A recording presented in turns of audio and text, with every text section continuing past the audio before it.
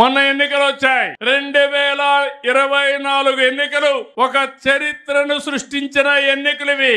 ఆ రోజు అందరం ఆలోచించాం, రాష్ట్రాన్ని పునర్నిర్మాణం చేసుకోవాలి, మళ్ళీ దగాగాబడ్డ ఈ తెలుగు జాతిని నిలబెట్టవలసిన బాధ్యత ఉందని తెలుగుదేశం, జనసేన, బీజేపీ 3 పార్టీలు కలిసి పోటీ చేశాం. పవన్ కళ్యాణ్ గారు గాని, నరేంద్ర మోడీ గారు గాని పూర్తిగా సహకరించారు. ఇది ఒక చరిత్ర.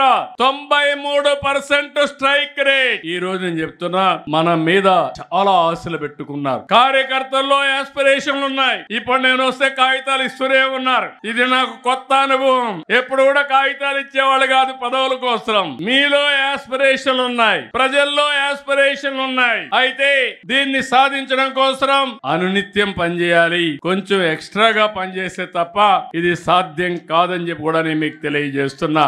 అదే సమయంలో మిమ్మల్ని చూస్తే నేను గర్వపడుతున్నా. రికార్డు స్థాయిలో మెంబర్షిప్ చేశారు. మిమ్మల్ని చూస్తే 83 రోజుల్లో 1 కోటి సభ్యత్వాలు చేసిన ఏకైక పార్టీ తెలుగుదేశం. ఏపీలో 1,53,551 మంది, తెలంగాణలో 1,78,041 మంది, 2 రాష్ట్రాల్లో కలిసి 1,35,857 మందిని ఇచ్చేశారు. ఈ కార్యక్రమాన్ని బ్రహ్మాండంగా చేసినటువంటి రాష్ట్ర పార్టీ అధ్యక్షుడు పల్లాని, అదే మరి జనరల్ సెక్రటరీ లోకేష్ ని మనస్ఫూర్తిగా అభినందిస్తున్నా.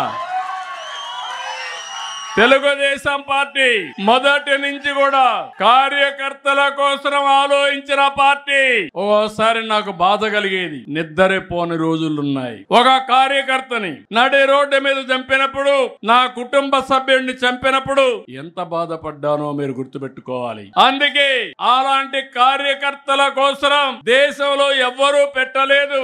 స్కూల్ పెట్టి ఆ పిల్లల్ని చదివించి, మళ్ళీ వాళ్ళ తండ్రి ఉంటే తండ్రి లేని లోటు ఉండదేమో గాని, నేను మాత్రం వాళ్ళ జీవితాలకు వెలుగు సాధించి పెట్టే వరకు వారికి అండగా ఉన్నానంటే అది తెలుగుదేశం పార్టీ. ఈ రోజు మీరు ఇక్కడికి వస్తున్నారు, వేరే రాజకీయ పార్టీలు చూస్తున్నారు. మీ బంధువుల ఇంటికో సొంత ఇంటికి వస్తే ఏ విధంగా ఆదరిస్తారో అలాంటి రిసెప్షన్ ఉండాలని ఈ రోజు ప్రారంభించలా. నేను ఎవరు వచ్చినా భోజనం చేయడం, కాఫీ తాగడం, సొంత ఇంటికి వస్తే ఏ విధంగా ఆదరణ చూపిస్తారో అలాంటి ఆదరణకు చూపించిన పార్టీ తెలుగుదేశం పార్టీ అని చెప్పి కూడా నేను మీకు తెలియజేస్తున్నా. 25 సంవత్సరాల కంటే ముందు నేను హైదరాబాద్ ఏ విధంగా ఉండాలి, తెలుగు జాతికి ఏ విధంగా సంపద సృష్టించాలనో ఒక నగర నిర్మాణానికి ప్రారంభిస్తే ఈ రోజు గర్వంగా చెప్పగలుగుతున్నా.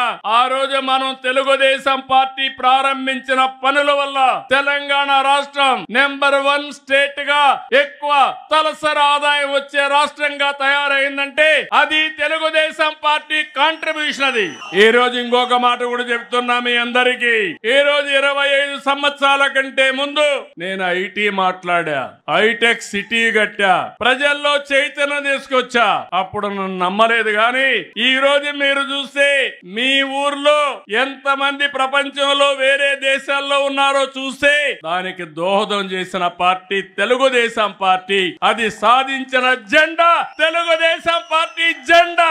ఈ రోజు నేను గర్వంగా చెప్పగలుగుతున్నాను. ఏ దేశమైనా వెళ్ళండి, ప్రతి ఒక్క ఊర్లో కూడా మంచి కాలనీలు ఉంటాయి, అంటే డబ్బులు ఉండేవాళ్ళు. అలాంటి పాష్ కాలనీకి వెళ్ళి మీరు తెలుగులో మాట్లాడండి, ఇమ్మీడియట్ గా మీటింగ్ కావాల్సిన వ్యక్తులు మొత్తం వచ్చే పరిస్థితి ఉంటుందంటే అది తెలుగుదేశం పార్టీ సాధించిన విజయం. దీనికంటే గర్వ కారణం ఏం కావాలని మిమ్మల్ని అడుగుతున్నా. తెలుగుదేశం పార్టీ కార్యకర్త సగర్వంగా కాలరెగరేసుకునే పరిస్థితి తీసుకొచ్చాను తప్ప ఎక్కడ కూడా తలదించుకునే పరిస్థితి రాదని చెప్పి నేను మీకు తెలియజేస్తున్నా. ఈ రోజు అయితే నిరంతరం ఈ కార్యక్రమం కొనసాగాలి.